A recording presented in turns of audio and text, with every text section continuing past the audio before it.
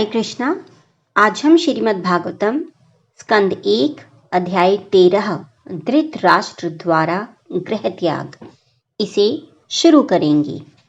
सूत उवाच विदुर तीर्थ यात्रायां मैत्रेयात् आत्मनः गतिं ज्ञात्वा अगात् हस्तिनापुरं तया अवाप्त विवित्सतः। शिला सूत गोस्वामी ने कहा, तीर्थ यात्रा करते हुए महात्मा विदुर ने श्री मैत्रेय मुनि से आत्मा की गति का ज्ञान प्राप्त किया और फिर वे हस्तिनापुर लौट आए। वे अपेक्षा अनुसार इस विषय में पारंगत हो गए। तात्पर्य: विदुर महाभारत के इतिहास में ये प्रसिद्ध व्यक्तियों में से एक थे। महाराज पांडु की माता अंबिका की दासी के गर्भ से ये शिला व्यासदेव द्वारा उत्पन्न हुए थे। वे यमराज के अवतार हैं। मंडूक मणि से शापग्रस्त होने के कारण इन्हें शूद्र होना पड़ा। कहानी इस प्रकार है। एक बार राज्य के सिपाहियों ने कुछ चोर पकड़े जो मंडूक मणि की कुटी में छिपे हुए थे। जैसा कि सामान्य रूप से किया जाता है, सिपाहियों ने चोरों के साथ साथ मंडूक मुनि को भी बंदी बना लिया। न्यायाधीश ने मुनि को विशेष रूप से शूली पर चढ़ाकर मार डालने का आदेश दिया, किंतु जब उन्हें भाला भोंका जाने वाला था तब यह समाचार राजा के पास पहुंच गया। अतः उसने तुरंत ही उनका महामुनि होने के नाते वध रोकने का आदेश दिया। राजा ने स्वयं मुनि से अपने व्यक्तियों की गलती के लिए क्षमा मांगी। यह मुनि तुरंत ही जीवों के भाग्य विधाता यमराज के पास पहुंचे। जब मुनि ने उनसे पूछा तो यमराज ने उत्तर दिया कि मुनि ने अपने बचपन में एक तेज नुकीले तिनके से चींटी को बींध डाला था, इसलिए उन्हें यह कष्ट उठाना पड़ा। मुनि ने सोचा कि यह यमराज की मूर्खता थी कि उन्हें बचपन के अज्ञान के लिए दंडित किया गया। अतएव मुनि ने यमराज को शाप दे डाला कि वे शूद्र बन जाएं। यमराज का यह शूद्र अवतार महात्मा विदुर के नाम से विख्यात हुआ, जो महाराज धृतराष्ट्र तथा महाराज पांडु के शूद्र भ्राता थे। लेकिन भीष्मदेव ने कुरुवंश के इस शूद्र पुत्र के साथ अपने अन्य भतीजों के समान ही व्यवहार किया। कालांतर में महात्मा विदुर का विवाह ऐसी कन्या से हुआ जो एक ब्राह्मण द्वारा शूद्राणी के गर्भ से उत्पन्न हुई थी। यद्यपि महात्मा विदुर अपने पिता भीष्मदेव के भाई की संपत्ति के उत्तराधिकारी नहीं हुए, लेकिन महात्मा विदुर के बड़े भाई महाराज धृतराष्ट्र ने उन्हें पर्याप्त राजकीय संपत्ति प्रदान की थी। महात्मा विदुर अपने बड़े भाई के प्रति अत्यधिक अनुरक्त थे और वे उसे निरंतर सत्य मार्ग पर ले जाना चाहते थे। कुरुक्षेत्र के भ्रातृ युद्ध के समय महात्मा विदुर ने बारंबार अपने बड़े भाई से अनुनय विनय की कि वह पांडु पुत्रों के साथ न्याय करें, लेकिन दुर्योधन को अपने चाचा का यह हस्तक्षेप पसंद न था। अतएव उसने महात्मा विदुर का अपमान कर दिया था। इसके कारण महात्मा विदुर घर छोड़कर तीर्थाटन करने तथा श्री मैत्रेय मुनि से उपदेश ग्रहण करने चले गए। श्लोक नंबर 2। यावतः कृतवान प्रश्नान अक्षता कोशार वाग्रतः जातेक भक्तिर गोविंदे तैभ्य च उपररामः। विविध प्रश्न पूछने के उपरांत तथा भगवान श्री कृष्ण की दिव्य प्रेममयी सेवा में स्थिर हो चुकने पर महात्मा विदुर ने श्री मैत्रेय मुनि से प्रश्न पूछना बंद किया। तात्पर्य: महात्मा विदुर ने श्री मैत्रेय मुनि से तब प्रश्न पूछना बंद किया जब श्री मैत्रेय मुनि ने उन्हें आश्वस्त किया कि जीवन का आश्रय तत्व तो अंततः भगवान श्री कृष्ण की दिव्य प्रेममयी सेवा में सुस्थापित होना है, जो गोविंद हैं, अर्थात जो अपने भक्तों को सभी प्रकार से तुष्ट रखते हैं। बद्ध जीव अर्थात भौतिक अस्तित्व में उलझा हुआ जीव भौतिक गुणों में अपनी इंद्रियों को लगाकर सुख की खोज करता है, किंतु इससे उसे संतोष नहीं होता। तब वह अनुभव सिद्ध तात्विक तर्क करने की विधि से तथा भौतिक कर्तव्यों से परम सत्य के अन्वेषण में जुट जाता है। किंतु यदि उसे अंतिम लक्ष्य प्राप्त नहीं होता तो वह पुनः भौतिक कार्यकलापों में पतित हो जाता है और अपने आप को विविध परोपकारी तथा परमार्थ कार्य करने में लगा देता है, किंतु इन सबसे उसे संतोष नहीं मिल पाता। अतः न तो सकाम कर्म और न ही शुष्क दार्शनिक चिंतन से किसी को संतोष मिल सकता है। क्योंकि जीव स्वभावतः परमेश्वर भगवान श्री कृष्ण का सनातन सेवक है और समस्त वैदिक ग्रंथ इसी परम लक्ष्य की ओर उसका मार्गदर्शन करते हैं। श्रीमद् भगवद गीता 15.15 द्वारा इस कथन की पुष्टि होती है। महात्मा विदुर के समान ही जिज्ञासु बद्ध जीव की श्री मैत्रेय मुनि जैसे प्रामाणिक गुरु की शरण लेनी चाहिए और समझदारी भरी जिज्ञासाओं द्वारा कर्म, सकाम कर्म, ज्ञान, परम सत्य को जानने हेतु दार्शनिक अनुसंधान और योग, आत्म साक्षात्कार की योग विधि के विषय में प्रत्येक वस्तु को जानने का प्रयास करना चाहिए। जिस व्यक्ति ने अपने गुरु से प्रश्न पूछने की गंभीर प्रवृत्ति नहीं है, उसे ना तो दिखावटी गुरु बनाने की आवश्यकता है और ना व्यक्ति को अन्य व्यक्तियों का गुरु होने का दिखावा करना चाहिए, यदि वह अपने शिष्य को भगवान श्री कृष्ण की दिव्य प्रेमा भक्ति की ओर उन्मुख ना कर सके। महात्मा विदुर श्री मैत्रेय मुनि जैसे गुरु की शरण लेने में सफल हुए थे और उन्हें जीवन का परम लक्ष्य गोविंद की भक्ति प्राप्त हो सकी। अतः उनके लिए आध्यात्मिक प्रगति के विषय में और कुछ जानना शेष न बचा था। श्लोक नंबर 3। तम बंधु मागतम वृष्ट्वा धर्मपुत्रः सह अनुजः धृतराष्ट्रो युयुत्सु च सूतशार्दूत पृथा। गांधारी द्रौपदी ब्रह्मांड सुभद्रा चोक्तरा कृपी अनयाश्च जाम्यः पांडोर ज्ञात्य ससुता स्त्रियः। जब उन्होंने देखा कि महात्मा विदुर राजमहल लौट आए हैं तो महाराज युधिष्ठिर, उनके छोटे भाई महाराज धृतराष्ट्र, सात्यकी, संजय, कृपाचार्य, कुंती, गांधारी, द्रौपदी, सुभद्रा, उत्तरा, कृपी, कौरवों की अन्य पत्नियां तथा अपने अपने बच्चों के साथ स्त्रियों सहित समस्त निवासी सभी अत्यंत हर्षित होकर तेजी से उनकी ओर बढ़े। ऐसा प्रतीत हुआ मानो उन्होंने दीर्घ काल के उपरांत अपनी चेतना फिर से प्राप्त की हो। तात्पर्य: गांधारी विश्व के इतिहास की आदर्श सती महिला। ये गांधार के राजा, अब काबुल का कंदहार, महाराज सुबल की कन्या थी। उन्होंने कुमार अवस्था में शिव की आराधना की थी। सामान्यतया हिंदू कुमारिकाएं उत्तम पति प्राप्त करने हेतु शिव की आराधना करती हैं। गांधारी ने शिव को प्रसन्न कर लिया और 100 पुत्र प्राप्त करने का वर प्राप्त करके महाराज धृतराष्ट्र से सगाई कर ली। यद्यपि वे जन्मांध थे। जब गांधारी को पता चला कि उनका होने वाला पति अंधा है तो उन्होंने अपने जीवन संगी का अनुगमन करने हेतु स्वेच्छा से अंधा बनने का निश्चय कर लिया। अतएव उन्होंने अपनी आंखों में रेशम की अनेक पट्टियां बांध ली और वे अपने बड़े भाई शकुनी के मार्गदर्शन में महाराज धृतराष्ट्र के साथ ब्याह दी गईं। वे अपने समय की सर्वाधिक सुंदर कन्या थी और समान रूप से स्त्री योचित गुणों से युक्त थी, जिससे कौरव दरबार का प्रत्येक सदस्य उनका आदर करता था। किंतु इन सब सद्गुणों के होते हुए भी उनमें स्त्री सुलभ सहज दुर्बलताएं थी और जब कुंती ने पुत्र को जन्म दिया तो ये उनके प्रति ईर्ष्या करने लगी। यद्यपि दोनों रानियां गर्भवती थीं, किंतु प्रथम कुंती ने पुत्र को जन्म दिया। इस प्रकार गांधारी क्रुद्ध हो गई और अपने उदर पर प्रहार किया। फलस्वरूप उन्होंने मांस के एक पिंड को ही जन्म दिया। लेकिन चूंकि वे शिला व्यासदेव की भक्त थी, अतएव शिला व्यासदेव की आज्ञा से उस पिंड को 100 भागों में विभक्त कर दिया गया और इनमें से प्रत्येक भाग धीरे धीरे बालक के रूप में विकसित हो गया। इस प्रकार 100 पुत्रों की माता बनने की उनकी मनोकामना पूरी हो गई और वे उन सबका अपनी उच्च स्थिति के अनुसार पालन पोषण करने लगी। जब कुरुक्षेत्र युद्ध का षड्यंत्र चल रहा था तब वे पांडवों से युद्ध किए जाने के पक्ष में नहीं थी, बल्कि उन्होंने अपने पति धृतराष्ट्र को ऐसे बंधुघाती युद्ध के लिए लांछित भी किया। वे चाहती थी कि राज्य के 2 भागों में विभक्त किया जाए और पांडु पुत्रों तथा अपने पुत्रों को एक एक भाग दे दिया जाए।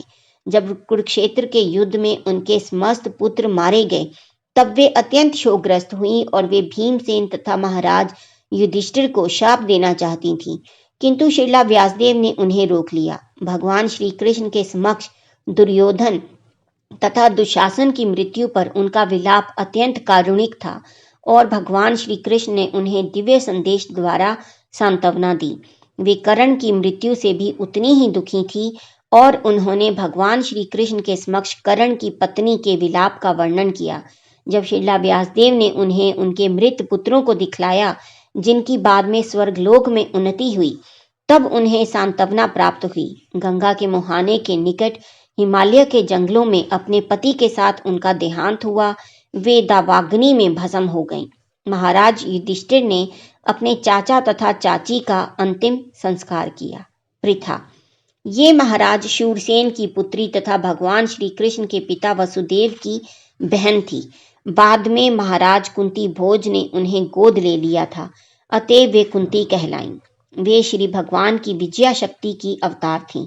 जब उच्चतर ग्रह मंडल से स्वर्ग के निवासी राजा कुंती भोज को मिलने हेतु आते थे, तो कुंती उनके स्वागत में लगी रहती थी।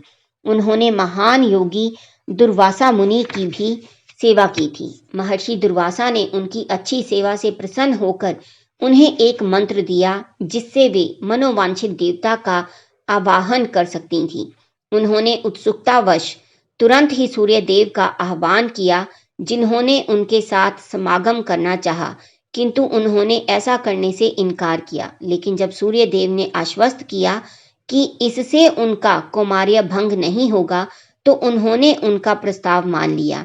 इस समागम के कारण वे गर्भवती हो गईं और उनसे कर्ण का जन्म हुआ। सूर्य की कृपा से वे पुनः कुमारी कन्या में परिणत हो गई, लेकिन माता पिता के भय से उन्होंने अपने नवजात शिशु कर्ण का परित्याग कर दिया।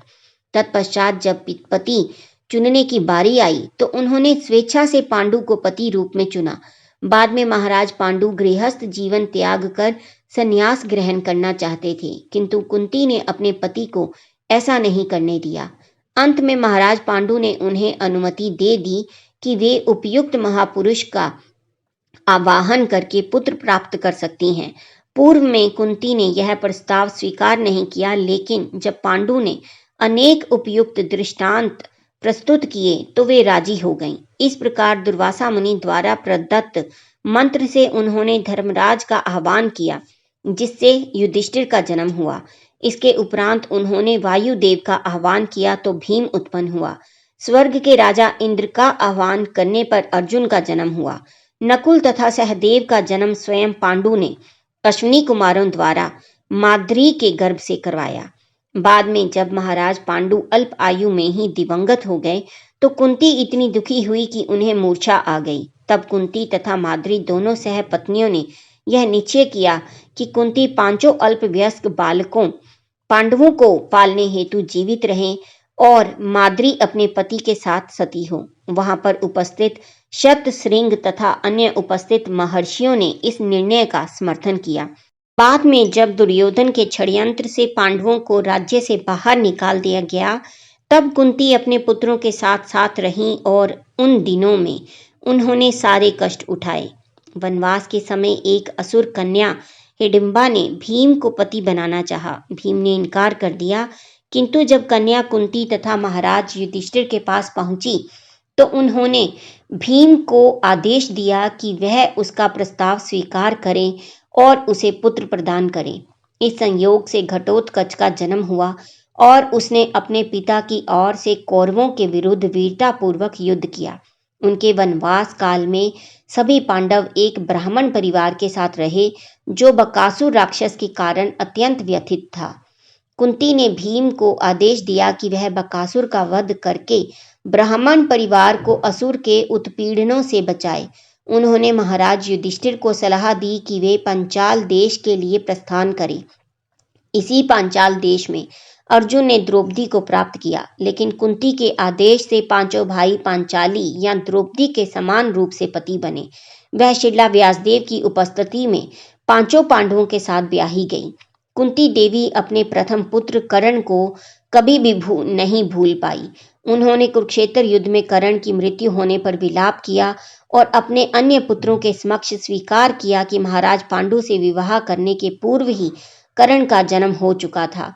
कुरुक्षेत्र युद्ध के पश्चात जब भगवान श्री कृष्ण अपने घर वापस जाने लगे, तब उन्होंने जो प्रार्थनाएं की वे सर्वोत्कृष्ट हैं। अंत में वे गांधारी के साथ कठोर तपस्या करने हेतु जंगल चली गईं।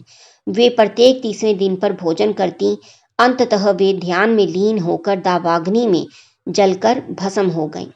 द्रौपदी, ये महाराज द्रुपद की सर्वश्रेष्ठ सती पुत्री तथा इंद्र पत्नी देवी शची की अंश अवतार थीं। महाराज द्रुपद ने यज मुनि की अध्यक्षता में एक महान यज्ञ संपन्न किया। पहली आहुति के साथ धृष्टद्युम्न का जन्म हुआ और दूसरी आहुति से द्रौपदी जन्मी। अतएव ये धृष्टद्युम्न की बहन है और पांचाली के नाम से भी प्रसिद्ध हैं। पांचों पांडवों ने इन्हें पत्नी के रूप में ब्याहा और हर एक पति से इन्हें एक एक पुत्र प्राप्त हुआ। महाराज युधिष्ठिर से प्रतिभीत, भीमसेन से सुतसोम, अर्जुन से श्रुतकीर्ति, नकुल से शतानीक तथा सहदेव से श्रुतकर्मा का जन्म हुआ। ये अपनी सास कुंती के ही समान अत्यंत सुंदरी बताई गई हैं। इनके जन्म के समय आकाशवाणी हुई थी कि इनका नाम कृष्णा होगा। साथ ही यह भी आकाशवाणी हुई कि इनका जन्म कई क्षत्रियों का वध करने हेतु हुआ है। शंकर के आशीर्वाद से इन्हें एक से एक योग्य 5 पति मिले। जब उन्होंने स्वयं अपना पति चुनना चाहा तो विश्व भर के देशों के राजा तथा राजकुमार आमंत्रित किए गए। वह पांडवों के वनवास के समय पांडवों से विवाहित हुई, किंतु जब वे अपने घर वापस गए तो महाराज द्रुपद ने उन्हें प्रचुर दहेज दिया। महाराज धृतराष्ट्र की सभी बहुओं ने द्रौपदी का स्वागत किया। जब वे जुए में हार दी गईं तो उन्हें सभा भवन में जबरन घसीट कर लाया गया और दुशासन द्वारा नग्न किए जाने का यत्न किया गया। यद्यपि वहां पर भीष्मदेव तथा द्रोण जैसे गुरुजन उपस्थित थे। वे भगवान श्री कृष्ण की महान भक्त थीं। उनकी प्रार्थना सुनकर श्री भगवान ने स्वयं असीम वस्त्र बनकर उन्हें अपमान से बचाया। जब जटासुर नाम के राक्षस ने उनका अपहरण किया तो भीमसेन ने उसका वध करके उनकी रक्षा की। उन्होंने भगवान श्री कृष्ण की कृपा से पांडवों को दुर्वासा मुनि के शाप से बचाया। जब पांडव विराट के राजमहल में अज्ञातवास कर रहे थे तब कीचक उनके अपूर्व सौंदर्य पर मोहित हो गया। तब भीमसेन की सहायता से इस दुष्ट का वध किया गया और इस प्रकार वे बच गईं।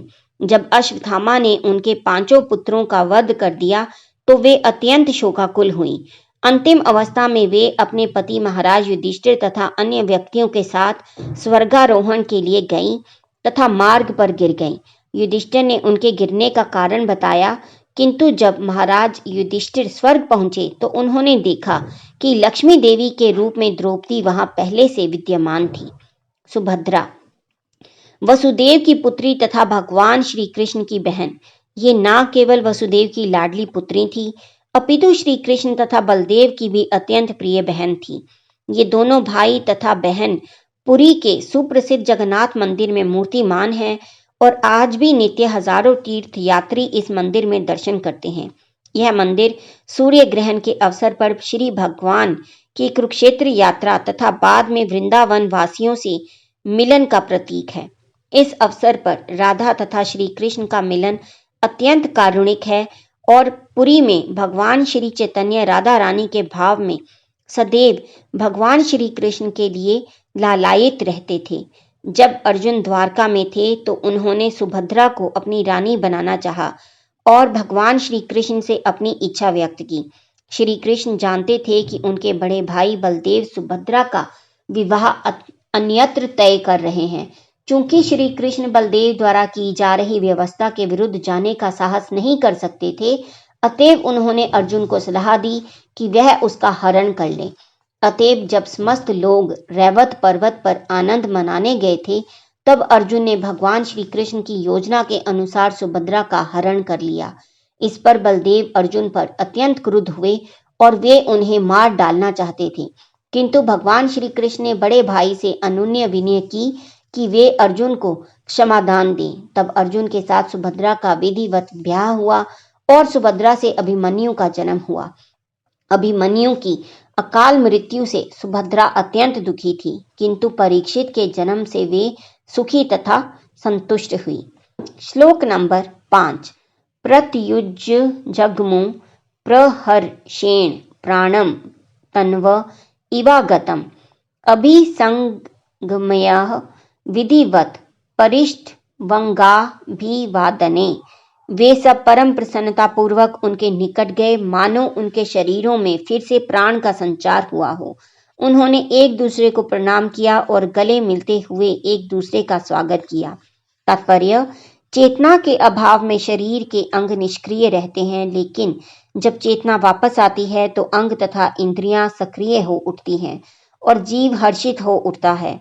कौरव परिवार के लिए महात्मा विदुर इतने प्रिय थे कि राजमहल में उनकी अनुपस्थिति की तुलना निष्क्रियता से की गई थी। सभी लोग उनके तीव्र वियोग का अनुभव कर रहे थे, अतएव राजमहल में उनका वापस आना सभी के लिए आनंददायक था। श्लोक नंबर 6। मुमुचुः प्रेम बाष्पोंगम विरहोत्कंठ्य कातरः राजा तमर्हया च के कृतासन परिग्रहम।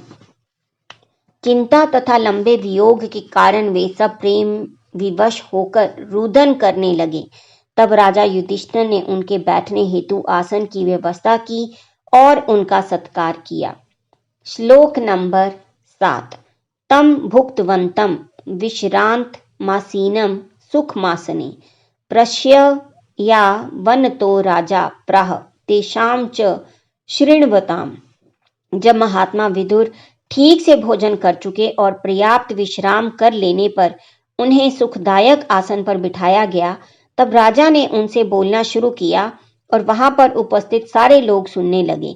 तात्पर्य: राजा युधिष्ठिर अपने पारिवारिक सदस्य तक का स्वागत करने में पटु थे। सभी पारिवारिक सदस्यों ने महात्मा विदुर का गले मिलते हुए तथा अभिवादन द्वारा सत्कार किया। तत्पश्चात स्नान एवं समुचित भोजन की व्यवस्था की, फिर पर्याप्त विश्राम करने दिया गया। विश्राम के पश्चात उन्हें बैठने हेतु सुखद आसन प्रदान किया गया। तब राजा ने परिवार की तथा अन्य विषयों की बातें शुरू की। प्रिय मित्र या यहाँ तक कि शत्रु के भी स्वागत की यही उचित विधि है। भारतीय नीति शास्त्र के अनुसार घर आए शत्रु का भी इस प्रकार स्वागत होना चाहिए कि उसे भय की प्रतीति ना हो। शत्रु सदैव अपने शत्रु से भयभीत रहता है, किंतु जब शत्रु के घर कोई शत्रु आए तो ऐसा नहीं होना चाहिए। इसका अर्थ यह हुआ कि घर आए व्यक्ति का कुटुंबी के समान सत्कार होना चाहिए। तो महात्मा विदुर जैसे कुटुंबी का कहना ही क्या, जो परिवार के सभी सदस्यों के शुभचिंतक थे। इस प्रकार महाराज युधिष्ठिर अन्य सभी सदस्यों की उपस्थिति में महात्मा विदुर से बोले। युधिष्ठिर उवाच। श्लोक नंबर 8। अपि स्मर्थ नो युष्मत् पक्ष अच्छाया समेधितान विपदगणा द्विषागन्या डेर मोचिता यत समार मातृका। महाराज युधिष्ठिर ने कहा, हे चाचा श्री, क्या आपको स्मरण है कि आपने किस प्रकार सदा हमारी माता तथा हम सबकी समस्त प्रकार की विपत्तियों से रक्षा की है। आपके पक्षपात ने पक्षियों के पंखों के समान हमें विषपान तथा अग्निदाह से बचाया है। तात्पर्य: अल्पायु में ही पांडु की मृत्यु हो जाने से उनके छोटे छोटे पुत्र तथा विधवा स्त्री परिवार के ज्येष्ठ सदस्यों द्वारा, विशेष रूप से भीष्मदेव तथा महात्मा विदुर द्वारा संरक्षण प्राप्त करते रहे। पांडवों की राजनीतिक स्थिति के कारण महात्मा विदुर उनका थोड़ा बहुत पक्षपात करते रहते थे। यद्यपि महाराज धृतराष्ट्र भी महाराज पांडु के छोटे छोटे बालकों के प्रति समान रूप से सचेष्ट रहते थे, लेकिन वे उन षड्यंत्रकारी दलों में से एक थे जो पांडु के वंशजों का नामो निशान मिटा देना चाहते थे और उनके स्थान पर अपने पुत्रों को राज्य का शासक बनाना चाहते थे। महात्मा विदुर महाराज धृतराष्ट्र तथा उनके दल के इस षड्यंत्र को समझते थे, अतएव अपने बड़े भाई महाराज धृतराष्ट्र के आज्ञाकारी सेवक होते हुए भी उन्हें उनकी यह राजकीय महत्वाकांक्षा पसंद नहीं थी जो अपने पुत्रों के निमित्त थी। अतएव वे पांडवों एवं उनकी विधवा माता की सुरक्षा के प्रति अत्यधिक सावधान रहते थे। इस प्रकार कह सकते हैं कि वे पांडवों के पक्षपाती थे और उन्हें महाराज धृतराष्ट्र के पुत्रों से अधिक चाहते थे। यद्यपि सामान्य दृष्टि से वे दोनों ही उन्हें प्रिय थे। वे अपने भतीजों के दोनों दलों के प्रति समान रूप से वत्सल थे। फिर भी अपने चचेरे भाइयों के प्रति षड्यंत्र करने की नीति के लिए वे दुर्योधन को सदैव प्रताड़ित करते रहते थे। वे अपने अग्रज की आलोचना अपने पुत्रों को बढ़ावा देने की नीति के लिए करते रहते, किंतु साथ ही पांडवों को विशेष संरक्षण प्रदान करने की प्रति सदैव सतर्क रहते। राजमहल के भीतर महात्मा विदुर के ये समस्त कार्यकलाप उन्हें पांडवों का पक्षपाती घोषित करने वाले थे। महाराज युधिष्ठिर ने महात्मा विदुर के घर से दीर्घकालीन तीर्थाटन के लिए जाने के पूर्व के विगत इतिहास का उल्लेख किया है। महाराज युधिष्ठिर ने उन्हें याद दिलाई कि वे कुरुक्षेत्र युद्ध जैसी भयंकर पारिवारिक दुर्घटना के पश्चात भी अपने बड़े हो चुके भतीजों के प्रति कितने दयालु तथा पक्षपाती बने रहे। कुरुक्षेत्र युद्ध के पूर्व महाराज धृतराष्ट्र की नीति यह थी कि वह अपने भतीजों का सफाया शांतिपूर्ण ढंग से कर दे। अतएव उसने पुरोचन की आज्ञा दी कि वह वारणावत में एक महल निर्मित करे, और जब वह महल बनकर तैयार हो गया तो महाराज धृतराष्ट्र ने इच्छा व्यक्त की कि उसके भाई का परिवार वहां कुछ काल तक रहे। जब समस्त पांडव राजकुल के अन्य सदस्यों की उपस्थिति में वहां जा रहे थे, तब महात्मा विदुर ने अत्यंत चालाकी से पांडवों को महाराज धृतराष्ट्र की भावी योजना का संकेत दिया। इसका विशेष वर्णन महाभारत आदि पर्व 114 में हुआ है। उन्होंने अप्रत्यक्ष रूप से उन्हें संकेत दिया, ऐसा अस्त्र जो इस्पात या किसी अन्य धातु का ना बना हो, वह इतना तेज हो सकता है कि शत्रु का वध कर दे, किंतु जो यह जानता है वह कभी मारा नहीं जाता। कहने का तात्पर्य यह था कि उन्होंने संकेत कर दिया कि पांडवों को वारणावत इसलिए भेजा जा रहा है कि उनका वध किया जा सके। इस प्रकार उन्होंने युधिष्ठिर को सचेत किया कि वे नए आवास में अत्यंत सतर्क रहें। उन्होंने अग्नि का भी संकेत किया और कहा कि अग्नि आत्मा का दहन नहीं कर सकती, लेकिन भौतिक शरीर को विनष्ट कर सकती है, किंतु जो आत्मा की रक्षा करता है वह जीवित रह सकता है। महाराज युधिष्ठिर तथा महात्मा विदुर के ऐसे वार्तालाप को कुंती नहीं समझ पाई।